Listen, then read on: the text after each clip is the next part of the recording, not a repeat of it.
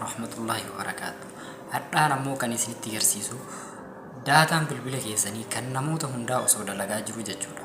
Kan namoota hundaa osoo dalagaa jiru kan bilbila keessanii yoo isinii dalaguu dide akkasumas yoo neetworkiin isaa ariitii hin qabaanne akkamitti akka sirreeffachuu dandeessan. Siitingii amma isin agarsiisu kana keessatti sirreeffachuu hin dandeessan. Ammoo akka isiniin jedhan san guutuutti neetworkiin akka hanga dhumaatti dabalama jedhamu sun hin jiru. Garuu osoo kan nama isin cinaa jiru dalaguu keessan yeroo dadhabu sababa inni dadhabuu fi maaliif akka dadhabu waliin kanaan nu ta'a hanga xumura viidiyoo kanaatti daawwattan. Deebiin dhufaa na eegaa. Daataan isaa dadhabaatti sirreeffachuu dandeessan. Bilbila keessan yeroo daataan isaa isin harkaa dadhabee dalaguu dide akkamitti akka sirreeffattan isin agarsiisa. Siitingii irra seentanii akkuma siitingii irra seentaniin bakka connection jedhu kanarra yeroo tokkoof hin tuqxanii jechuudha. Connection irra yeroo tuqxan as bakka data usage jedhu kana ni tuqxan yeroo tokkoof ammallee irra dhuftanii.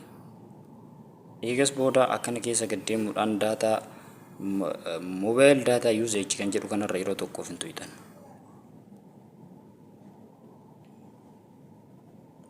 Haala kanaan sirreeffachuu dandeessan bilbilli keessan yoo daataan isaa isin harkaa dadhabee homaa dalaguu didee haala kanaan sirreeffachuu dandeessanii jechuudha.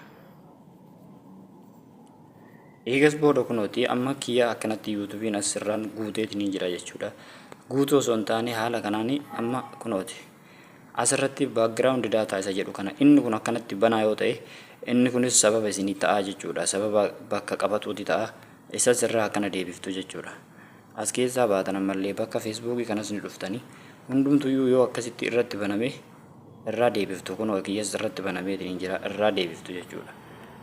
Hunda isaatu haala kanaan irra deemtanii irraa deebistu. Irraa deebiftu jechuudha. Backgroundii kan qabu hundumtuyyuu irraa deebi'a jechuudha. Irra deemtanii irraa deebistu. TikTokis kunooti haala kanaan irra deemtanii irraa deebiftu jechuudha.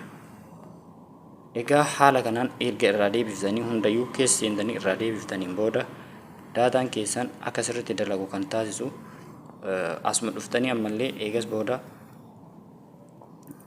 bakka kana jechuudha bakka mobile networks kan jedhu kana irra yeroo tokkoof hin tuqxani. Networkii keessan kan irra akka jiru ilaaltanii jechuudha.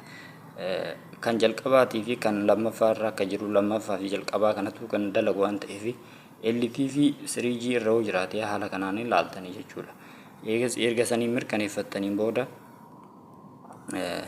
access point name kanarrallee yeroo tokko seentanii isa kanallee asirratti inni mirkaneeffattu isallee jechuudha. Bakka kan dhuftanii maqaa kanaanis akka sirriitti kanallee wal jala daddabarsitanii ilaaltu maqaa geeddartanii eegas ni baatan ammallee achi keessa karaa hedduun isin agarsiisa achi keessaa ni baatan ammallee.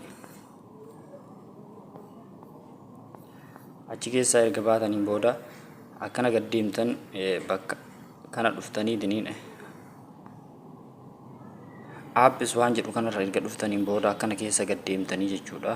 Kiyyaa maala kanaan naa fidee erga akkana keessa gaddeemtanii all appis kan jettu kana keessaa seeni anamma kiyya jechuu keessan akka biraatti isinii fiduu danda'a.